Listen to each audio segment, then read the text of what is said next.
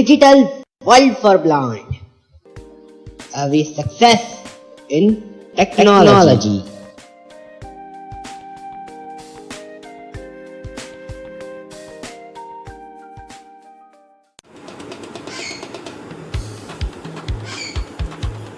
Server बनाना तो सीख लिया, सर्वर का कोड एप्लीकेशन में इम्प्लीमेंट कैसे किया जाता है।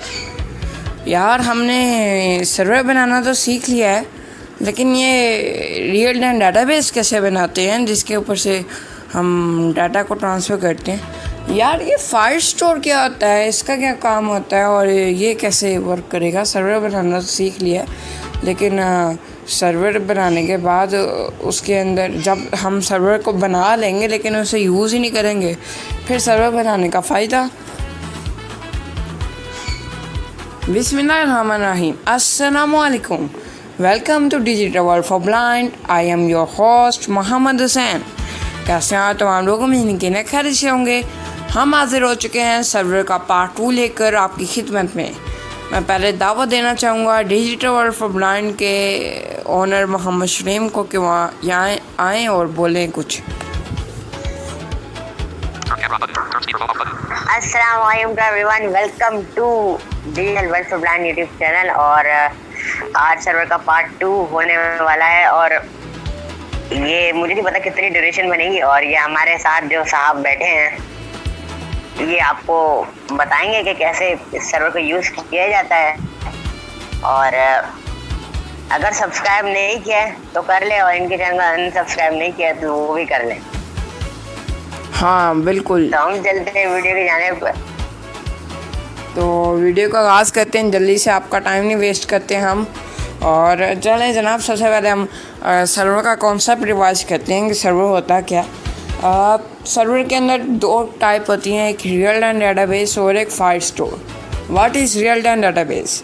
रियल टाइम डाटाबेस एक ऐसी डाटाबेस है जहाँ पर आप मेमोरी को स्टोर भी कर सकते हैं। फॉर एग्ज़ाम्पल, मैंने अपना नाम सर्वर के ऊपर स्टोर कर लिया। अब जब भी मैं आता हूँ अपनी गेम को लॉगिन करता हूँ तो मेरा नाम खुद ब खुद आ जाएगा, क्योंकि वो सर्वर के ऊपर स्टोर है।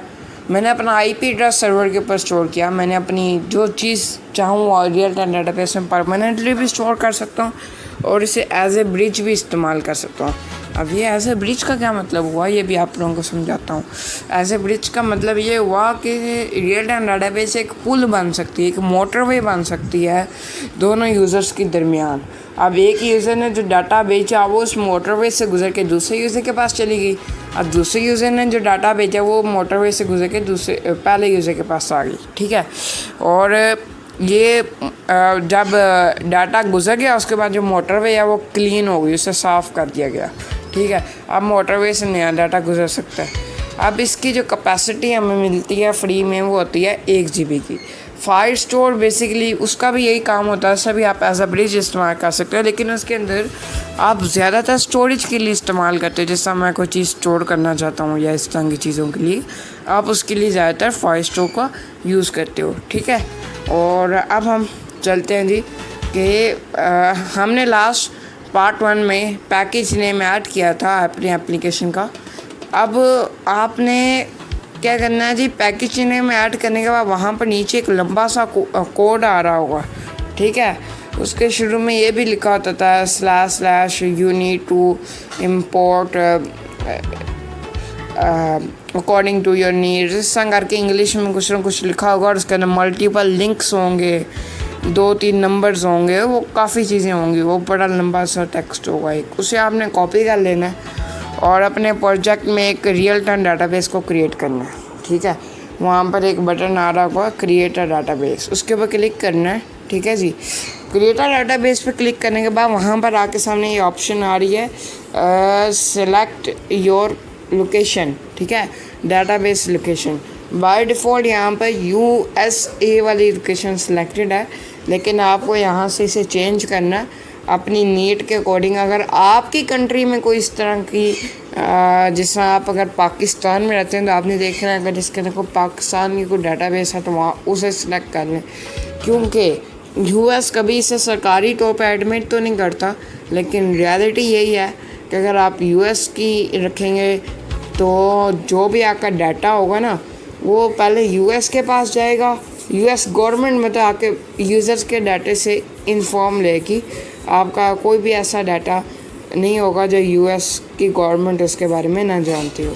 अगर आप इंडिया के रखेंगे तो इंडिया की गवर्नमेंट जानेगी, पाकिस्तान के रखेंगे तो पाकिस्तान की गवर्नमेंट के बाद उस डाटे की इंफॉर्मेशन होगी।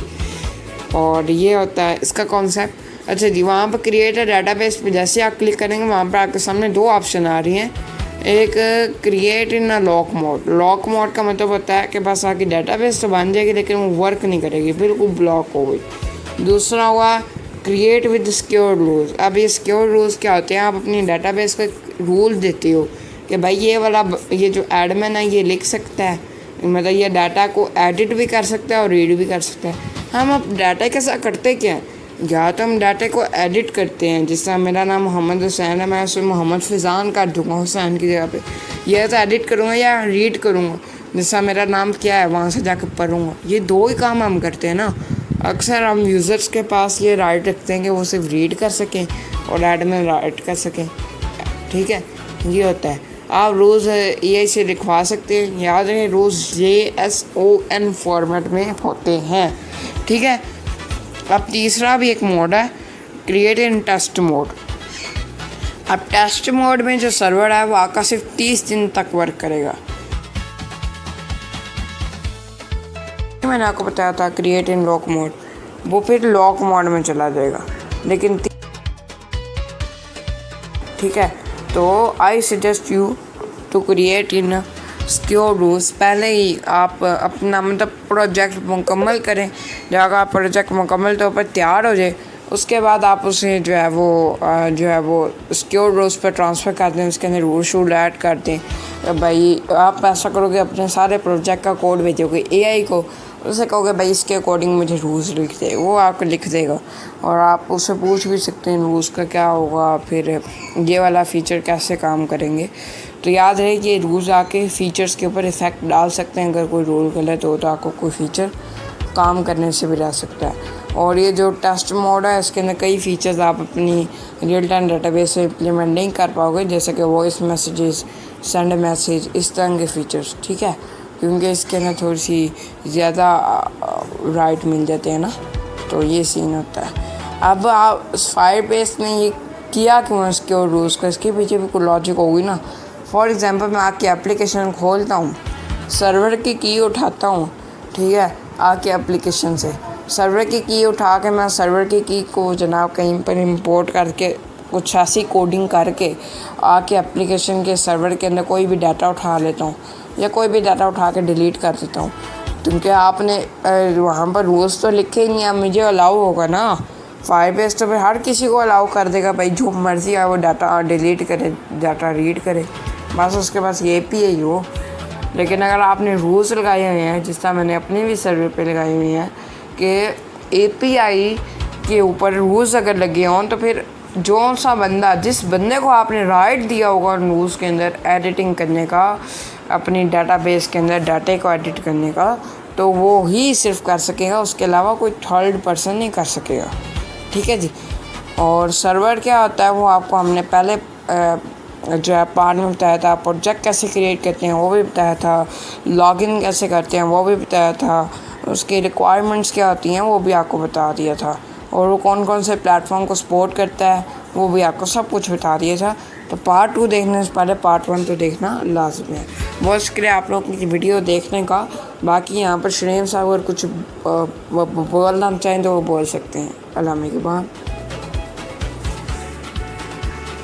तो जी उम्मीद करते हैं वीडियो आपको पसंद आई, पसंद लाइक कर दें और सब्सक्राइब कर दें और वीडियो को शेयर कीजिएगा, क्योंकि ये ऐसी वीडियोस यूट्यूब पर बहुत कम ही ब्लाइंड यूजर्स के लिए अवेलेबल होती है विद एक्सेसिबिलिटी।